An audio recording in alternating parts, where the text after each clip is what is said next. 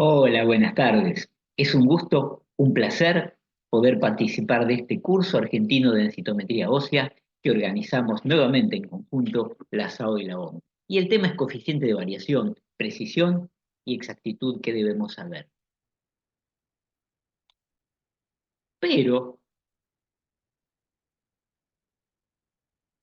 antes de abordar mi tema, les quiero dar algunos tips. ¿Qué debe hacer el técnico que realiza la densitometría durante el estudio? Bueno, estar sentado mirando la pantalla. Parece obvio. Yo les voy a decir cuatro o cinco cosas en diapositivas ahora obvias. Si no, se pierde la posibilidad de cortar y empezar de nuevo.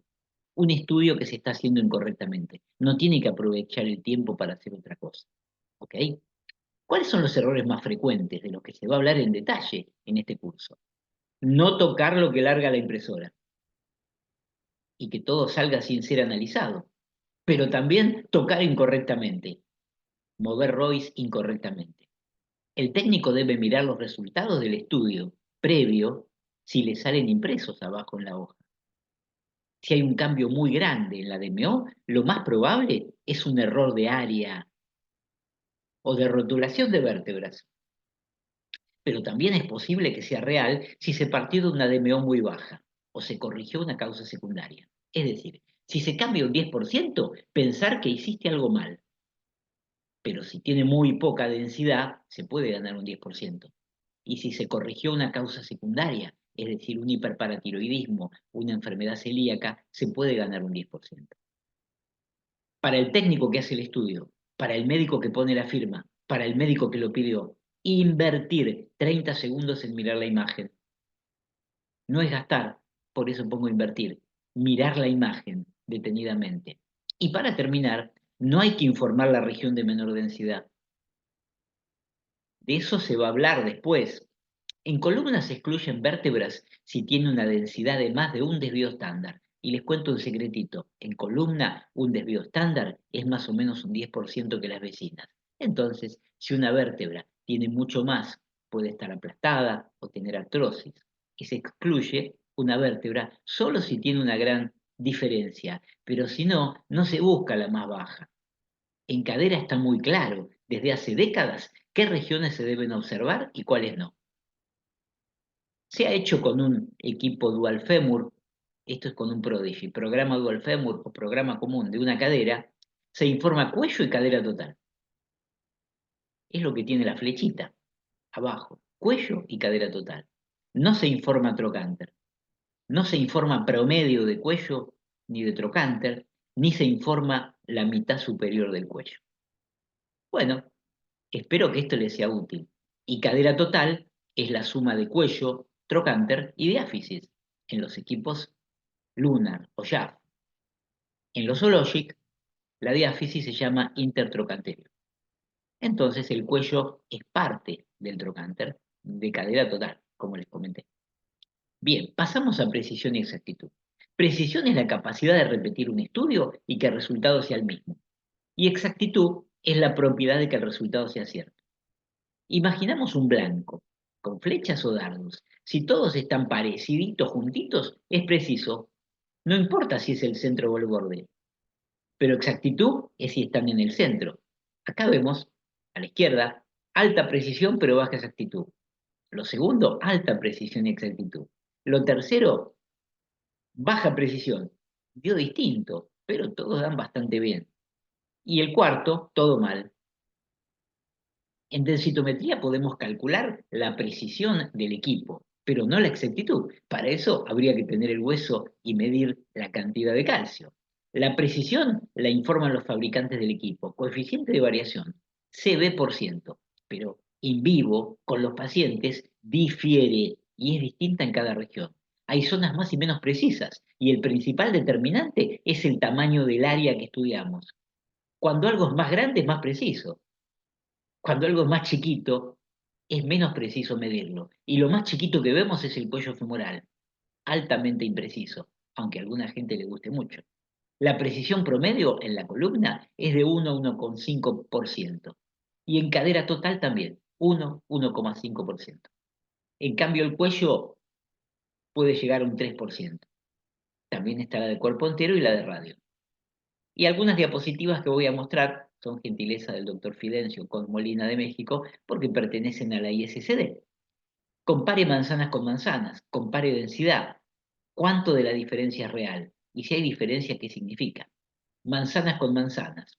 Observe las imágenes de dos estudios. La región de interés tiene que ser la misma y el área también. Si el ROI parece el mismo, pero el área es muy diferente, hay un posicionamiento incorrecto, algo pasó, hay que revisar. Entonces, acá vemos, por ejemplo, que la imagen del medio tiene un fémur claramente oblicuo. Eso está mal hecho. Eso hay que cortarlo y poner el fémur vertical. Pocos pacientes con alguna patología reumatológica no pueden ponerlo, pero si no, el fémur debe ser claramente vertical. Conozca la precisión del centro y calcule el cambio mínimo significativo. Bien, ¿por qué importa la precisión? Porque expresa la reproducibilidad y el error de precisión ayuda a determinar cuánto de un cambio se requiere para que la diferencia es real. ¿Qué quiero decir? Bueno, que si cambió un 1% y es parte de la precisión. Yo no estoy seguro si alguien que ganó 1% ganó. Yo no estoy seguro si alguien que perdió 1% perdió. Está dentro del error de precisión. Y acá vemos lo que dicen los fabricantes y lo que tienen los centros clínicos. Para la columna, entre 1 y 2,5, cadera total 1,5, 2,5, cuello 2 a 3,5, aunque el fabricante diga otra cosa. Y la ISCD dice cuál es la precisión aceptable para un técnico. Columna, cadera femoral y cuello femoral. Y van a ver al lado que es un número más grande. ¿Y de dónde sale ese número? Bueno, les adelanto, se multiplica por 2,77 el coeficiente de variación para saber cuánto es la diferencia real que tenemos que ver. Cada centro tendría que ver el error de precisión y, con más de un técnico, hacer el promedio de todos los técnicos para el centro. Pero cada técnico tiene que hacer esta evaluación con pacientes que sean representativos de la clínica y pacientes más o menos sin grandes alteraciones como artrosis. Esa evaluación se debe hacer una vez que aprendió las habilidades básicas y hecho por lo menos 100 escaneos. Y debe repetirse si se instala un nuevo equipo. Y lo mismo si cambia la habilidad del técnico y esto se hace midiendo 15 pacientes 3 veces o 30 pacientes 2 veces, reposicionando al paciente después de cada escáner. Se calcula la precisión como la raíz cuadrada del desvío estándar y se calcula el cambio mínimo significativo para el grupo con un 95% de intervalo de confianza. Esto yo les voy a mostrar una planilla de Excel que está online con la cual va a ser todo más fácil. La evaluación de precisión debe ser idealmente una práctica estándar, no es investigación. Puede potencialmente beneficiar a los pacientes. No requiere comité de ética que lo apruebe.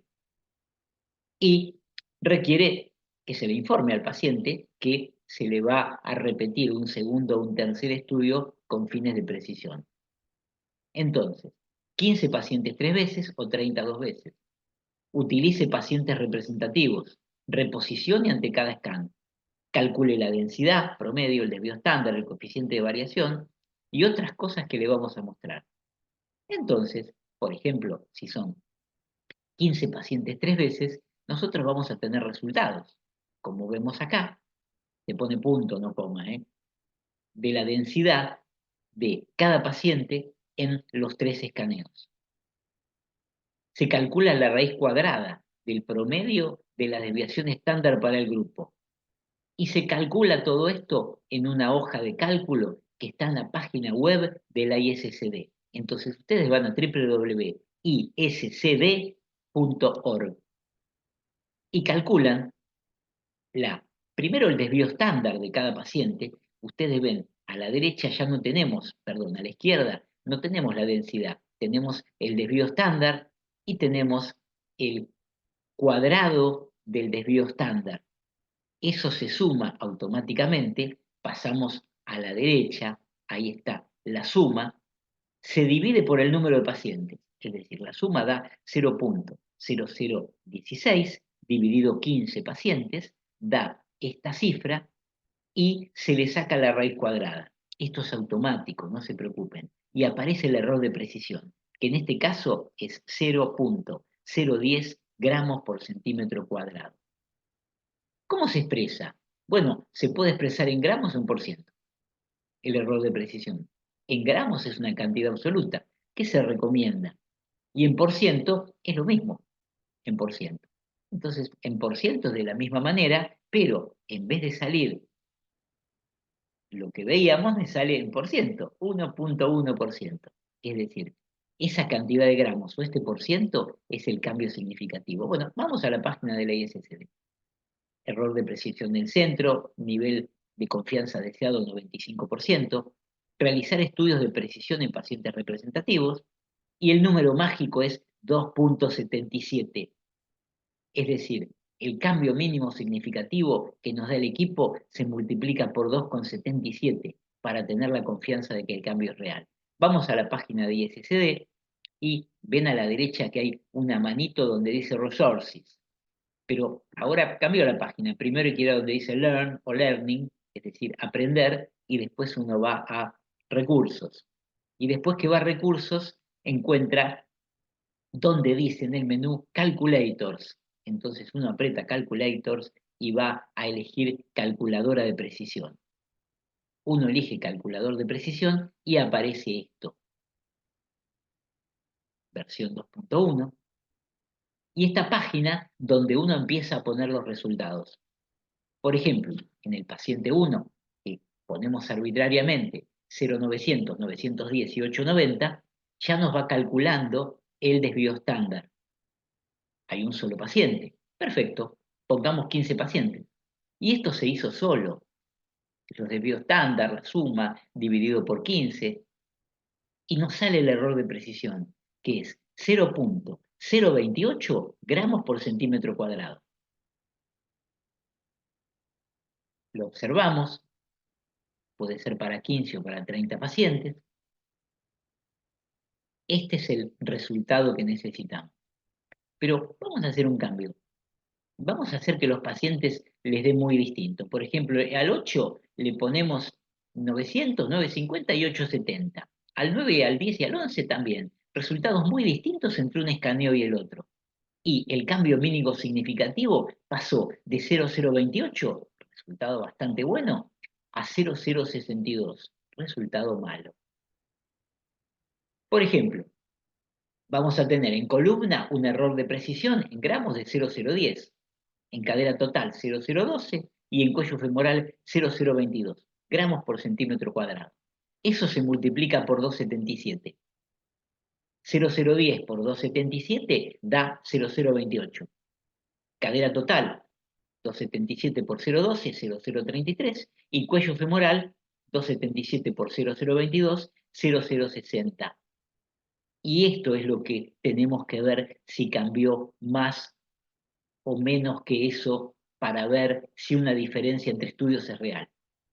Entonces hay que conocer la precisión y restar de la densidad actual del paciente con la que uno está comparando la otra y ver si este valor iguala o excede el centro.